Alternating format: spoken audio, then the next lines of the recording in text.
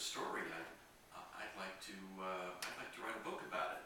And he said, well, get in line, pal, because I've had about 20 other authors who've already called me and said that they too would like to write the story or write the book. I said, well, that's okay. Actually, in this business, competition is not bad. If you have a storyline that people are scrambling to write about, then that's probably a good thing. It could sell a lot of books. I was pedaling as fast as I could to keep up with this guy. And he said, well, if you want to consider it, that's okay. Send me some of your ideas. So I got off the phone, I went away, and I sat down and I thought about it, and I put together some ideas and sent him some thoughts. And we kept talking. And I also broached the subject with my agent, and he said, well, I don't know, maybe not. Let's see how this comes together. Well, to make a long story at least a little bit shorter, I ended up writing a proposal for the book that was 96 pages long. And I carefully mapped out what I thought the strategy might be and how we should approach the book. I put together a couple sample chapters. My agent beat the heck out of me for weeks, kept trying to massage the material. He was looking for something out of me that I didn't really appreciate when I started. He kept telling me, we want to hear the voices of the men in this book. You've got to go back and you've got to interview some of these guys. You've got to put some of their thoughts into this project. I mean, that's what I would like to sell, because I believe that's what would sell. And it turned out he was right. So anyway, I kept working with that. I kept working with John, and I kept John involved in the process. I kept telling him what we were doing, what we were up to. And October morphed into November and December, and in January we finally got the proposal done and submitted it through my agent to a number of different publishers. As I recall, there were 16 different publishers. What really helped sell the concept, though, we live in a digital age. It's always helpful to an author these days if you can tag something to it that gives people a visual sense of the story. And luckily for me, the White House press office had produced a video, which they put up on YouTube, of the ceremony that these men went to receive their award, the one that we're going to discuss. And that was a very powerful, 8 or 9 minute video, and President Obama spoke on it and talked about the valor of the men and why he was giving them this award. And I tagged it onto the back end of my proposal, so it made it look, in a sense, like the president was endorsing this project, which really helped to sell it. I mean, we had 9 publishers come back immediately and make offers on the book, and my agent negotiated with them, and we got down to the 3 we thought were the most serious, and ended up working with St. Martin's, which they've been great. Superb publishing house, a great editor for me. So that's how the book came into being. But the story itself, as I said, has 2 really unique parts. And if you haven't read the book, and I know Frank has read the book, but if you haven't read the book, I'm not going to spoil it by telling you the background story. Obviously, it's not fiction, it's true, so it could be researched, but the story itself involves this small group of men. They are from, indeed, the 11th Armored Cavalry, which is a very old and storied cavalry regiment going back to the late 1800s, early 1900s, when they still had horses. The regiment turns in their horses somewhere toward the end of World War I. Obviously, tanks take over, and that becomes the major weapon of choice of the cavalry from that point forward. The 11th Armored soldiers through World War distinction. They actually were involved in the D-Day operations and storming through western France into Germany, Battle of the Bulge, so on and so forth. And they are actually, after the war, World War II, deactivated for a while, but then Korea comes along, remobilized, and in the early 1960s, 1962, they were actually sent to Vietnam. So they're still there. What year? 62. They went in 62. Yeah. We had tank units in Vietnam. Well, we had initial units in Vietnam in 62. The main body of the troops didn't arrive until 65. We had England applied to that early. The first air cab went in 65. Right. But we actually started sending advisors to Vietnam in 56. Yeah, right. Advisors, but amazed we had cabinets. The first cab as a division didn't deploy to Vietnam until 65. And the 11th was part of the 1st Cavalry Division. And they arrived in 65. So here they are, 5 years later, in 1970, they're still there. Well, if you recall your Vietnam history, you'll know that by 1970, the strategic thinkers, such as they were in Washington, had pretty much decided we needed to get out. And they were going to turn the popular strategy at that point was called Vietnamization, which meant turning over everything that we were doing in Vietnam to the South Vietnamese government, and in particular the ARDN, or the Army of the Republic of Vietnam. Even, and I was there, I was a very junior officer myself at the time, and I can tell you that even at the lowest levels of command, we all knew that this war was no longer winnable. We were no longer going to be storming through the jungles and defeating the Viet Cong and North Vietnamese. Did you fly off a carrier, or were you flying in country? Myself, I flew off of carriers. I was 2 tours on Constellation. My 3rd tour was in Vietnam, on ground. Were you flying out of Ponson or? No, I was attached to MAC-V staff inside. I'm sorry? I was attached to MAC-V staff inside. Oh. Yeah, 1973, 74. So, as I said, most everybody knew that the American forces, anyway, were winding down, and in fact, from the peak period of almost 600,000 troops in 1967, by 1970, they'd already started to pull some units out. But there were still 350,000 American troops in Vietnam, plus another 55,000 Marines at this point in time. And the 1st Cavalry Division, of which the 1st Cav, of which the 11th Armored was a part, had not received any orders to get out. They were still going to be there, and nobody really knew when and if they were going to go home. But anyway, here we have this small troop, and a troop is, in a cavalry regiment, is part of a squadron. A typical cavalry regiment at the time had 3 squadrons.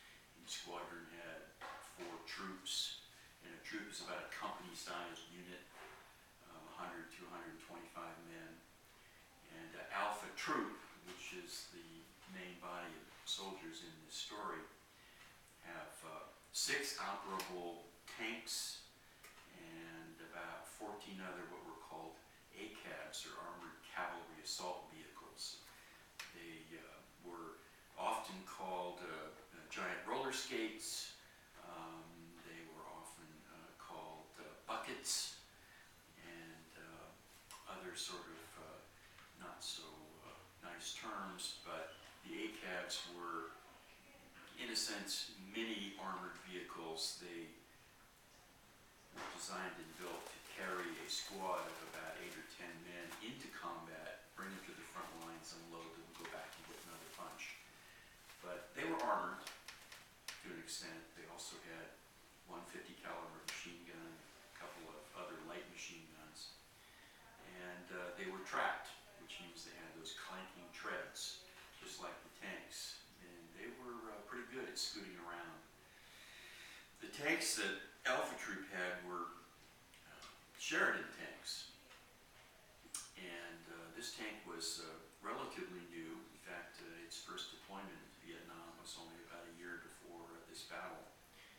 And this particular tank, unlike the big Patton, hedgerow smashing main battle tanks, of which there were some in Vietnam, was a much lighter version. It had been designed to be what was called airdrop capable. The Army wanted to drop them out of the back end of airplanes and parachute them. Well, the first few that they tried, Good problem. they dropped them okay. Good problem. Smart work. They weren't operable by the time after they hit the ground. So they got smart and decided, no, we're not going to do that. But the main thing that this particular tank had was a very, very powerful engine that could run all day, drive a tank at 40 miles an hour as long as you had open roads.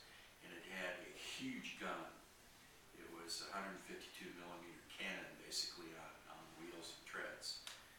And the infantry loved these tanks because they brought a big gun into the middle of a firefight. The cavalry guys, not so much, because even though they were stuck driving them around and firing them, and the gun was very powerful and useful, because the tank had been designed to be airdrop capable, it had to be a lot lighter. It was not made out of steel like the other tanks, it was made out of aluminum. And the heavy machine guns, of which the North Vietnamese didn't have too many, but they had some, and the rocket-propelled grenades, which they did have in abundance, were powerful enough to penetrate the sides of those tanks like a hot knife going through butter. So it was a tricky situation for these guys. Anyway, in March of 1970, late March, Alpha Troop, with their tanks and cavalry vehicles, and they had about 115 men, they find themselves in the middle of a dry lake pit, way out in the middle of the jungle. They're way out in advance of all the other forces that were in that particular part of what was called War Zone C. They're very close to the Cambodian border. And their job is to run what were called cloverleaf patterns, much like freeway cloverleafs, if you can imagine that, into the jungle and try to locate North Vietnamese forces, particularly their supply bases. The whole area was honeycombed with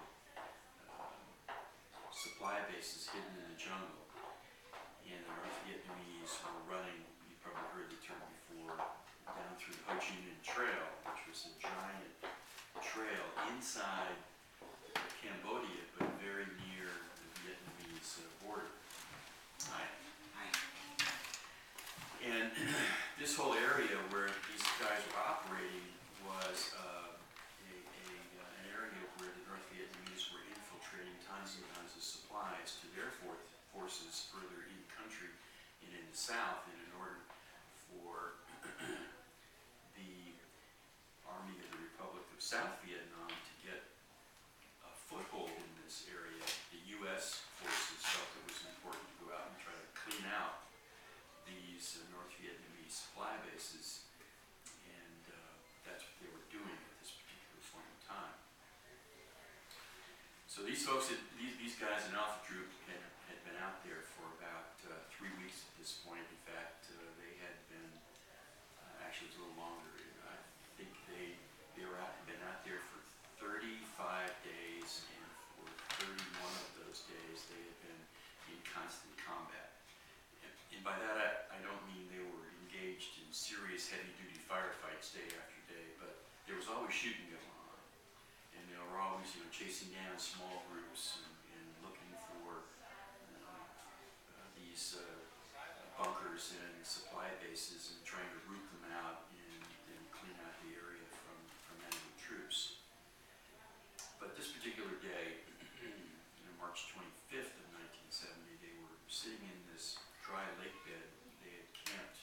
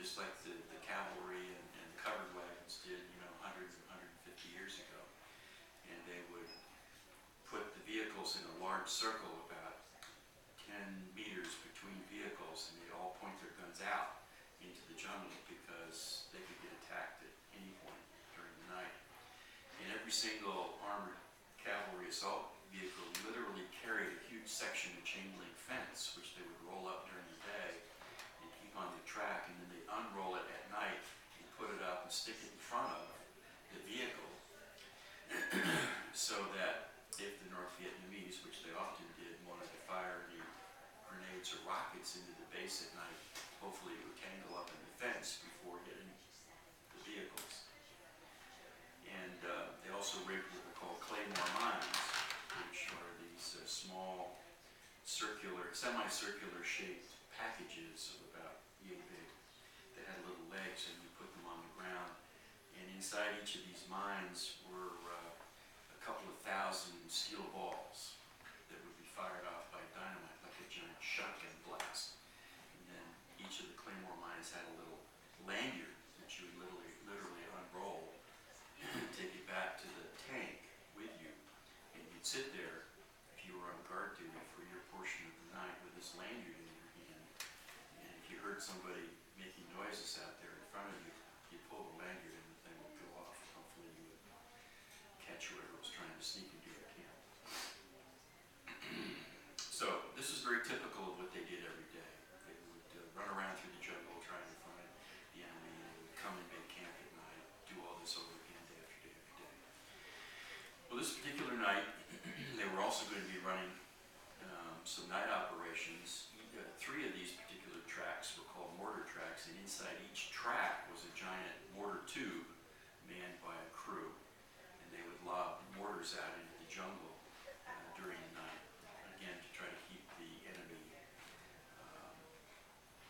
from infiltrating, but also they would typically try to fire on some coordinates that they had set up in advance where they knew that trails had intersected. So if anybody was out there, they might have a chance at interrupting them before they got to the camp. Well, this particular night, for reasons that remain unknown to this day, one border crew was assigned to fire some rounds into the nearby jungle.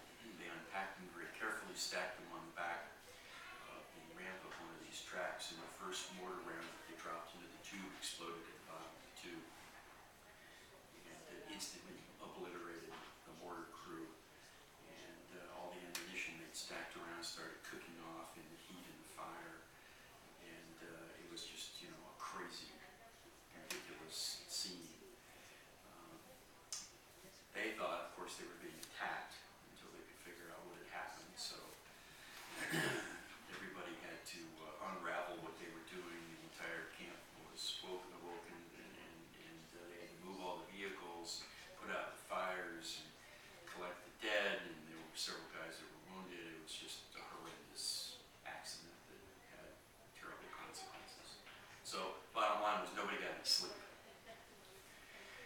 The next morning, young Captain Poindexter, who was the officer commanding this group, sent a few of his men out on local patrols, mainly to kind of get their head back in the game and forget about this tragic accident that occurred. And he and a couple of his other officers were sitting around in the heat of the day. It's, we're approaching noontime. It's 100+ degrees. It's, one of those sweltering, humid, god-awful days in the middle of March in 1970. And all of a sudden on the radio, they hear another cry for help.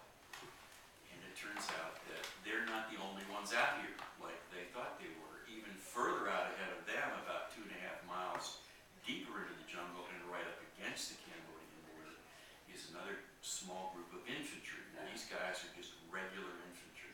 They don't have any tanks. They don't have any mechanized vehicles. They're on foot. They're carrying 90-pound packs, M16 machine guns. They've got a few grenades, a couple of light machine guns, and they're out patrolling through the jungle. Well, sometime around 11 o'clock that particular morning, as they're looking for the North Vietnamese, by God, they find them. And it's about this group, small companies, about 85 guys.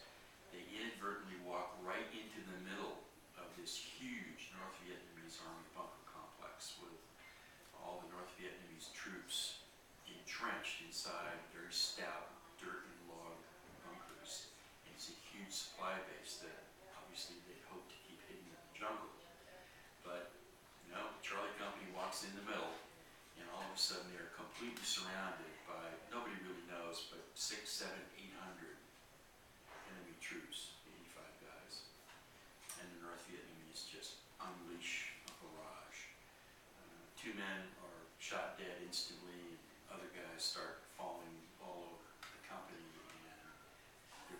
surrounded. They can't move. The encampment that they wandered into was deep within triple canopy jungle. There was no way to fly helicopters in, which they might typically have done to rescue these guys. Helicopters can't land in the trees. There are no landing zones. They can't drop any additional troops in because they would get caught up in the trees. And Franco here, an ex-paratrooper, can tell you all about that. And, they would have been slaughtered before they hit the ground. There were a lot of tactical air assets that were nearby. The gunship helicopters and F-4 Phantoms, mild aircraft, were capable of coming in and helping, but they couldn't drop their bombs because the troops were all intermingled.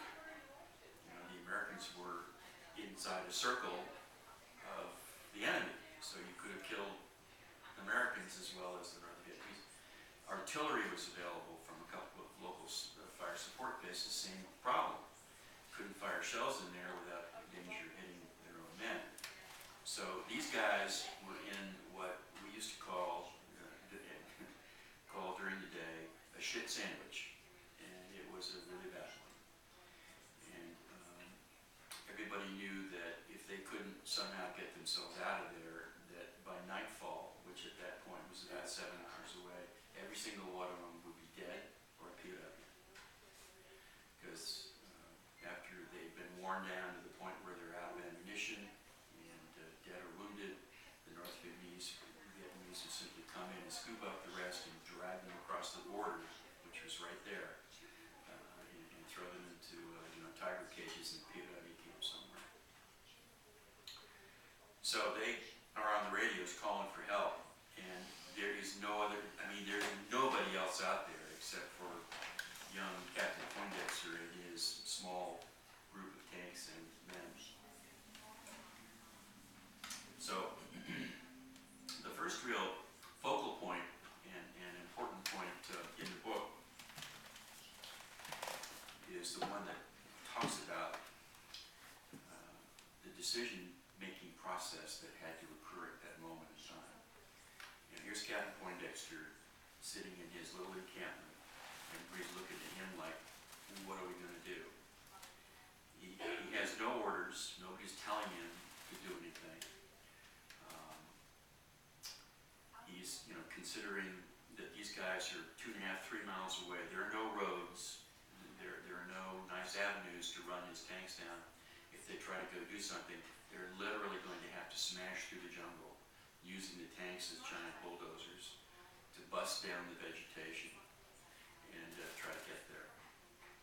Could he even find his way there? Could he get there in time before these guys were all annihilated? And if he did, would he be able to pick them all up and haul them all back before dark? Because the Vietnamese owned the night. They were superb and brave fighters to begin with, but as far as night fighters, they could run circles around us. And so he had all these things to consider. And, his guys were all looking at him like, what do you want us to do? And he came to the conclusion that there was nothing else he could do but tell everybody, saddle up. Let's go. And they did. And one of the amazing things that I discovered when I was interviewing the men that took part in this, and I probably talked to close to, it was well over 200. Some didn't want to become involved. Some, for some it was still too painful. The memories that, I don't want to go there. I don't want to recall those days. But others were very willing to talk. But I can tell you that of all the interviews that I did, many interviews, hours and hours and hours of interviews, and guys talking about other guys, which they love to do. When Poindexter made his decision, saddle up, let's go, not one single guy said, oh crap, oh shit, I'm not going to go. Nobody made an excuse, nobody bitched. Nobody tried to find a way to get out of going. I even discovered that, the cook, they had a field cook. The guy grabbed an M16 and jumped aboard a tank and said, "I'm ready." And it was sort of an amazing thing when you consider, some of these guys, half a dozen of them had less than a week to go before they could get on the plane and go home. And here they are, jumping aboard the vehicles to Russia. Bottom line was, there are other guys out there, and there's nobody else can do anything about it but us, so let's give it a try. It's what good American soldiers do, no matter circumstances, no matter the war, no matter the possible consequences. And as I pointed out many times, these fellows, they weren't Delta Force, they weren't Green Berets, they weren't Navy SEALs. These are just average American GIs. Half of them had been drafted. The average age in the whole troop was somewhere around 20. There was one 18-year-old guy who was actually celebrating his 19th birthday that day. They were, former painters, truck drivers, bricklayers, mailmen, telephone linemen, students, and they were all willing to go. So they mount up and they start charging through the jungle, slamming through that vegetation, 100 yards at a time. And the tanks overheated. When the lead tank got too hot to continue, another tank would come up and take its place, keep charging ahead, and mile after mile they go plunging through this jungle. They fully expected to be ambushed along the way, and they probably could have been. Luckily they were not. And finally they reached the area where these guys are. Between them and the actual men that are now encircled inside this bunker complex, they come across this like moonscape where a B-52 raid had dropped hundreds of bombs in a wide swath across the jungle. And even though it had cleared out some of the jungle itself and turned it into a jungle of broken branches and dead vegetation, it was probably even more hazardous because there were these giant bomb craters that they had to maneuver around to go across and get to the other side. Well, they made it.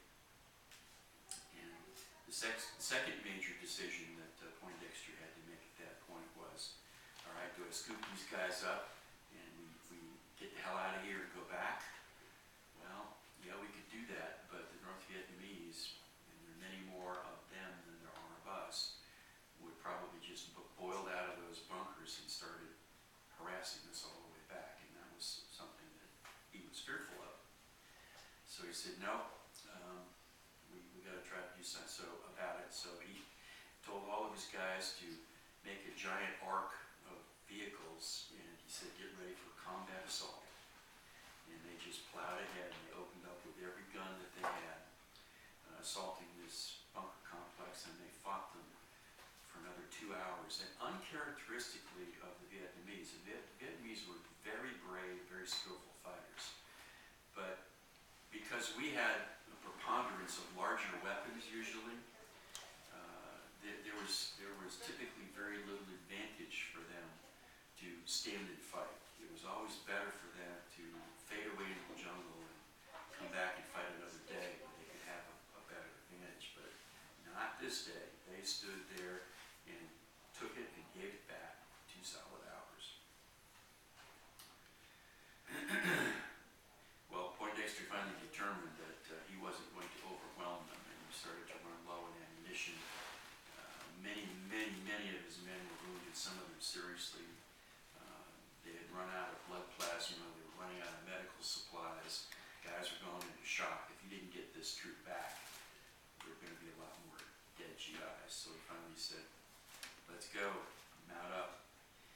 And they started racing back down through the trail in the jungle that they had made going in, but unfortunately they found out that all that vegetation that they'd smashed down coming in was green and resilient. It started to come back up.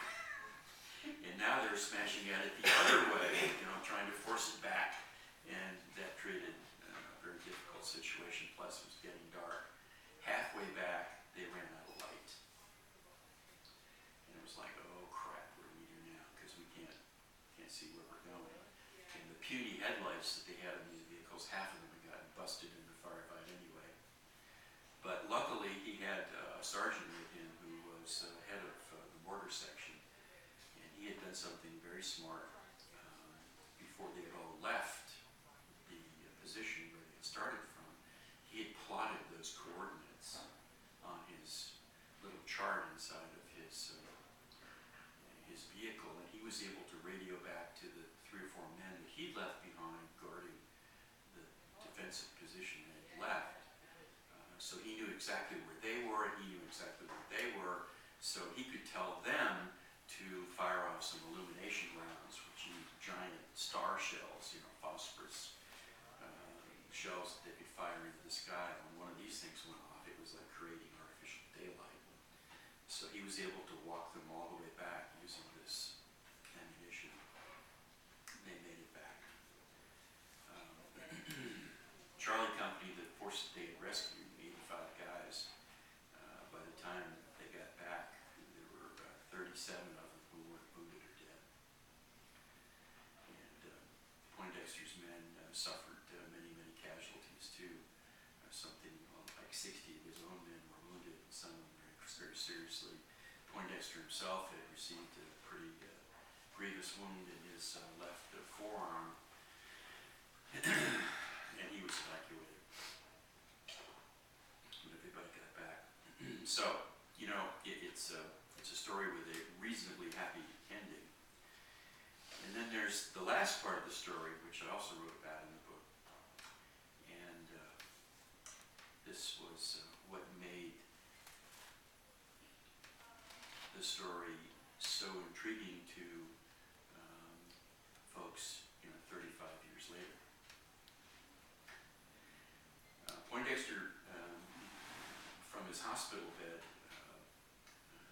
dictated a number of decorations for his men that he felt they had deserved. Several Silver Stars, a number of Bronze Stars, some Army Commendation Medals. Obviously, there were a lot of guys that were wounded, deserving of the Purple Heart, and so on and so forth. And so he dictated these awards to his first sergeant. The first sergeant radioed them back to, be written up by the guys in the rear, and so on and so forth. And Poindexter himself, at that point in time, was about 2 or 3 weeks away from leaving Vietnam and getting out of the Army. He had always intended to get out of the Army, and he was going back to the graduate school. Well, long story short, 35 years go by, and quite by accident, John reads an account in another book about Vietnam where one of his former troopers is quoted, and one of the things that he says about one of the battles that he fought was, I was nominated for a Bronze Star, but I never got it. And Poindexter says, well, how can this be? What's going on here? I gotta make this right. He does some digging. He finds out that many, in fact, almost all of the awards that he had proposed for these men were never done. They were never awarded their medals. And in fact, he discovers even worse, the Army has somehow lost all the records of the battle itself. It's as if this engagement had never taken place. This rescue had never happened. So he said, I'm going to make this right. Well, during the intervening years, John had done very well for himself. He'd come back to NYU, got a master's in business, a PhD, joined Smith Barney, got into leveraged buyouts. He made literally hundreds of millions of dollars. He was a very wealthy man, which allowed him to buy a 40,000-acre ranch in West Texas. So he's got friends, he's got money, he's got influence, and he gets on the phone and the computer, and he starts emailing and phoning his friends who were senators for Texas, congressmen, retired generals, et cetera, et cetera. It takes him another 6 years, but he gets his men their awards, those that are still alive, and some of them unfortunately are not. And he also says, I'm just wondering if there are other awards I should have given that I didn't. How can I honor my men? And he says, I'm not going to settle for anything less than getting my guys the Presidential Unit Citation. Now, the PUC in the hierarchy of military decorations and awards is very high up. In fact, it's equal to,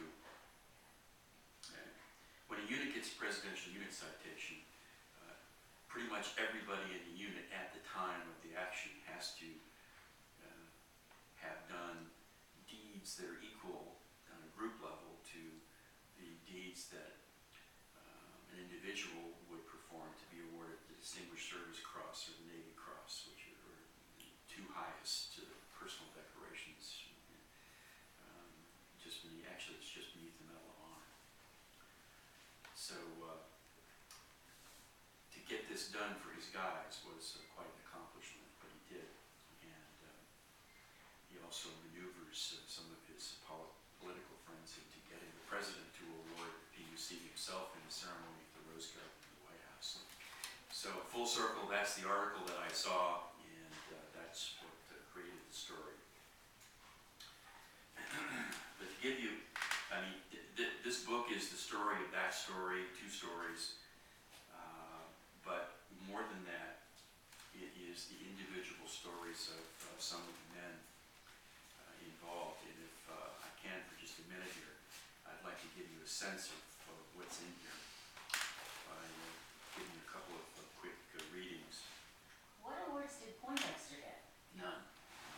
Who would have been the person to give him an award or Well, recommend him for an award? I shouldn't say none. He got a Purple Heart, which is pretty much automatic for being wounded.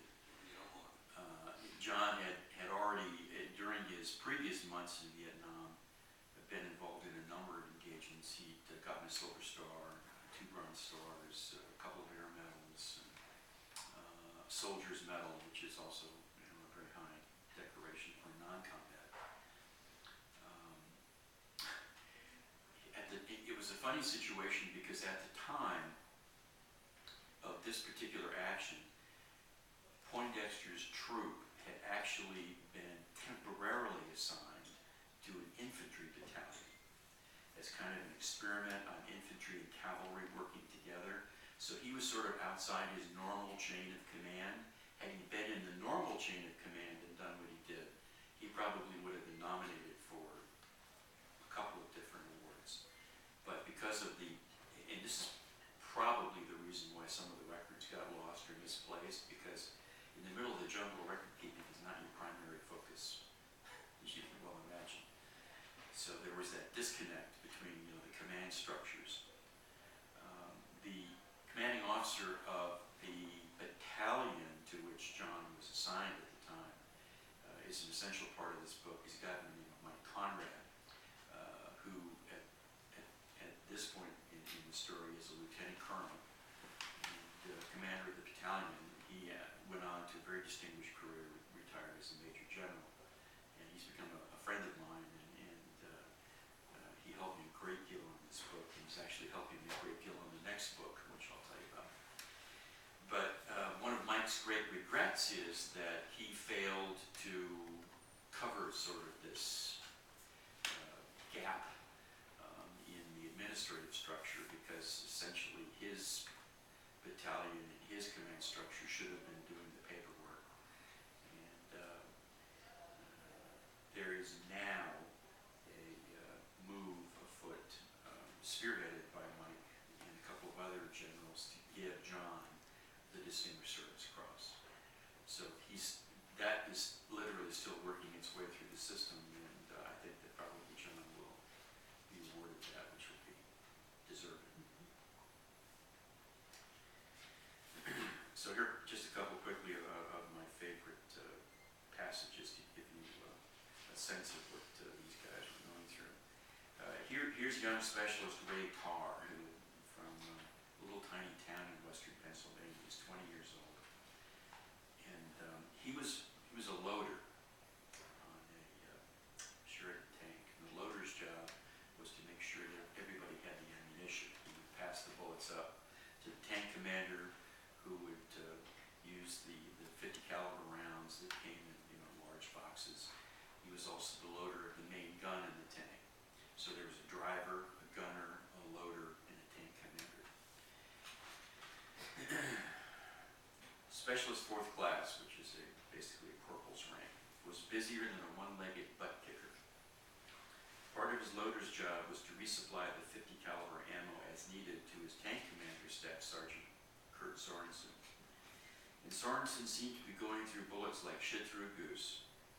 Every time Tar had to haul cans of ammo from the bottom of the tank, he'd have to protrude from the unshielded hatch, thereby exposing himself to gunfire. It was not fun, but he did from time to time get a peek at the battle raging outside his aluminum shell.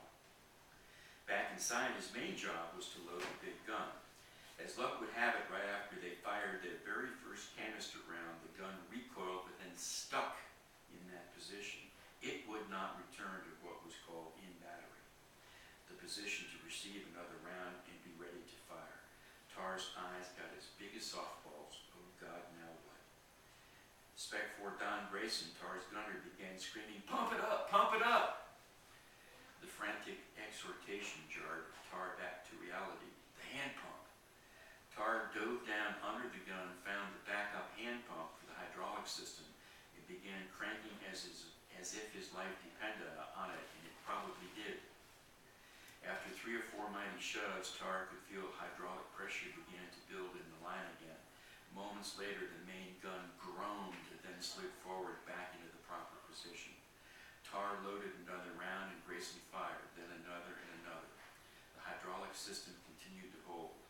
The caseless rounds seemed to fly through Tar's hands. Hot, spent brass cascaded all over the inside of the tank from Sorensen's 50 caliber, which is above him to the right.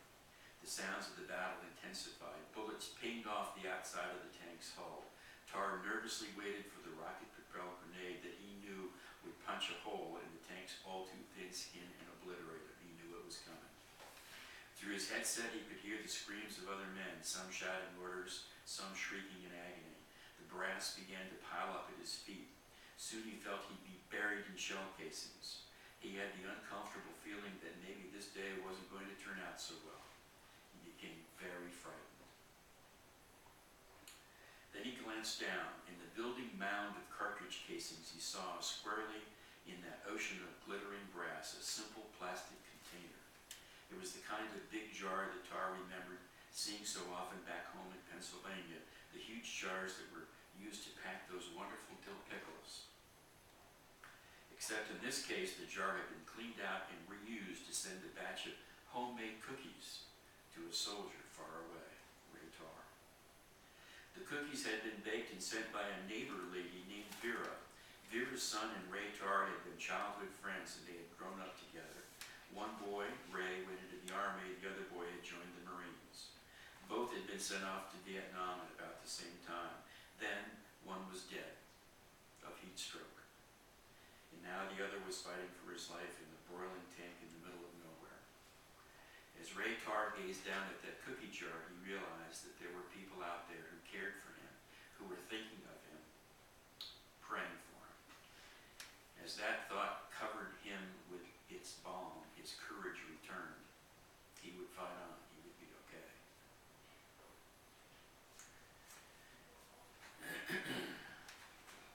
One more.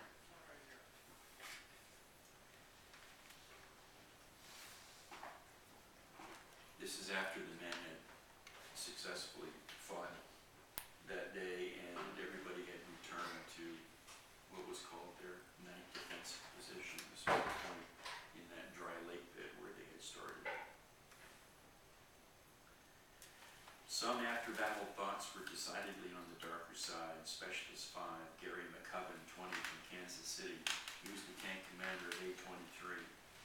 He fought his track bravely all day long, slugging it out with the other men of 2nd Platoon. Unlike on most of the other tracks, however, not a single man on A-23 was even slightly wounded. That singular good fortune did not impress McCubbin, though. As he sat there, relatively safe once more in the troop's NDP, he was still shaken to his very core by what he had seen and experienced that day. So much mayhem, so many wounded, so many men killed, plus the guys from the night before. He felt the heavy responsibility of his track and the crew he commanded pressing down on him hard. The desperation of a man who saw no hope of leaving Vietnam alive suddenly overwhelmed him. Why not just get it over with, right then? He stood up and walked to the rear of his track, out of sight of the rest of the crew. He unholstered the .45 he carried and stared at it. He cocked the hammer back and raised the pistol to his head. He felt his right index finger begin to squeeze down on the trigger. He took a deep breath and thought about home and then his men. These would be his last thoughts, pleasant thoughts, with which to exit the prison his life in Vietnam had become. The men, his friends. You don't do this to your friends, his mind told him. You don't leave them this way with your mess to clean up. His hand started shaking. He relaxed his trigger finger. He slowly lowered the gun. These men needed him to help them make it through. Taking the quick and easy way out would make life much harder for them. The desperation passed. McCubbin reholstered the weapon and walked back to the front of the track. So, How much later was it till Poindexter left? You said he was very close to leaving at that point. A month or two away? John was wounded. Oh, so he, Well, he was found around midnight, still wandering around the night defensive position where his guys had been stationed. And he had lost a lot of blood, but he basically had refused to be evacuated for medical help. And the commander of the battalion finally found him and personally took him to his own helicopter and said, "You get on that thing and you go and get some help," which he did. He was in hospital for 3 days. He came back to be with his men for about a week. But he already knew that he was scheduled to rotate out as commander, and his replacement had already arrived. So he was shunted away to a position back at battalion headquarters for another 2 weeks pushing paperwork until he was rotated out of Vietnam. So he was only with them another week or so. It was a very emotional time for him. Because all of his troop, and all the guys, went off to Cambodia to fight, and he was left behind because he already received his orders to go home. how many men were at the Rose Garden ceremony? How many men are alive? Of the 129 men that he took into the jungle that day, 106 of them showed up at the Rose Garden. Wow. Yeah. Wow, what a amazing. day. Yeah, I mean, the award is one thing, but what a day for them all to be back together. Well, the White House, because of the size of the Rose Garden, the ceremony itself, the number of people that can fit into that place, Poindexter's group was only allotted 100, he told me 118 seats, so 106 were taken up by his men. There were 2 widows there. A couple of the people that really helped him put the paperwork together to get his men the awards, and then a few other assorted generals, politicians. And this happened what year? 2009, October 20th, 2009. Some vaguely remember it, I think. But I didn't see the people at the time. There was press coverage all over the country. Yeah, I recall seeing it on nightly news. All the major networks carried a little piece on the ceremony. So it was Oklahoma's first year. Yep, it was the first time he presented at the PUC. Has he done it again? Yes. Did the Navy SEALs who got Obama get one of those awards? Yeah. Oh, some, I yeah. know, we all Yeah. Yes, SEAL Team 6. They got There's a, PUC, but but that wasn't, it was presented in private. yeah, nobody's allowed to know who they That's are. correct. And what's the Medal of Honor is the highest? Medal of Honor is the highest individual decoration that can be given to a U.S. serviceman or woman for valor in combat. And you mentioned a cross. The Distinguished Service Cross is the second highest award. So what determines, like, whether you get one or the other? Well, you have to understand that about 3/4 of the medals of honor that have ever been presented have been presented posthumously. So, Did Michael Murphy or someone just get one? yes, Michael Murphy got the Medal of Honor. Yeah, he did. And, So that's the story of the BlackHorse Riders. Obviously, I'd be happy to entertain any other questions or comments. I know what the question is. Do they ever recognize PTSD as a level in this type of, as far as an award? There's a controversy still raging about that now. Those who are designated with PTSD are not currently eligible for the Purple Heart, which is the singular badge of honor that indicates that you have been wounded in action. The Purple Heart itself, I'm sorry?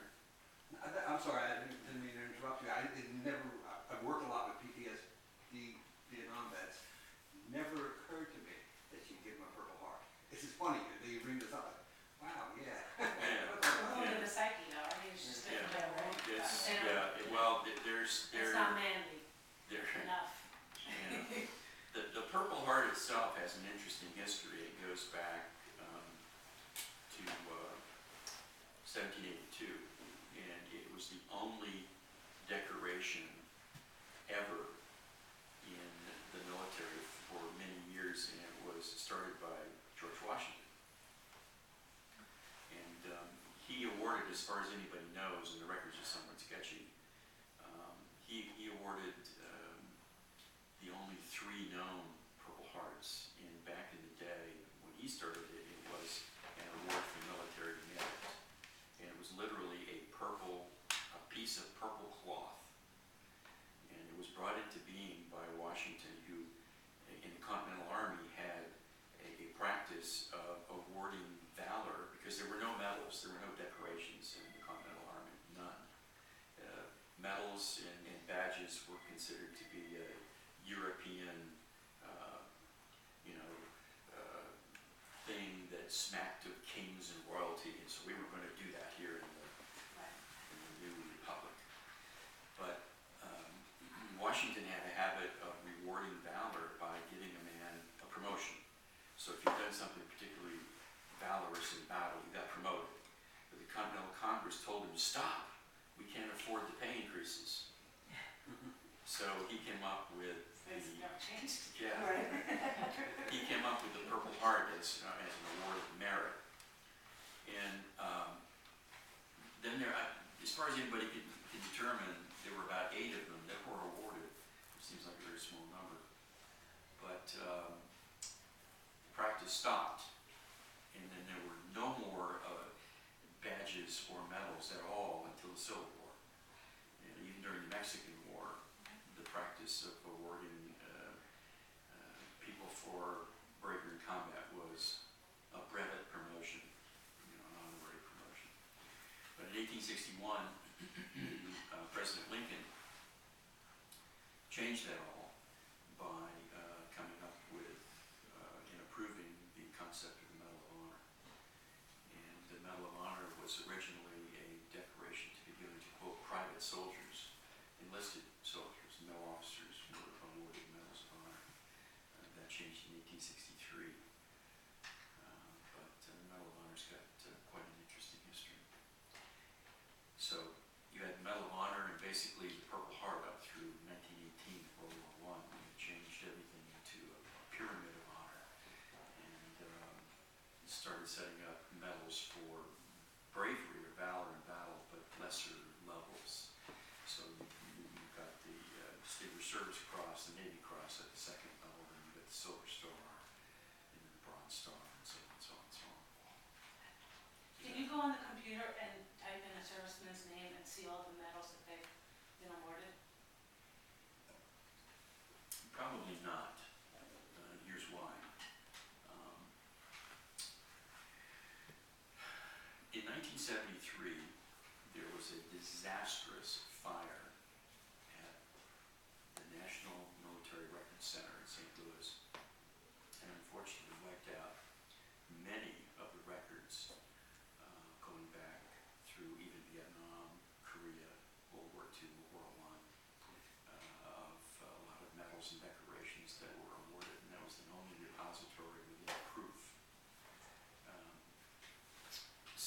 But since then, you can obtain copies of individual medal records and service records by doing a FOIL or Freedom of Information. It's from 73 on. Yeah.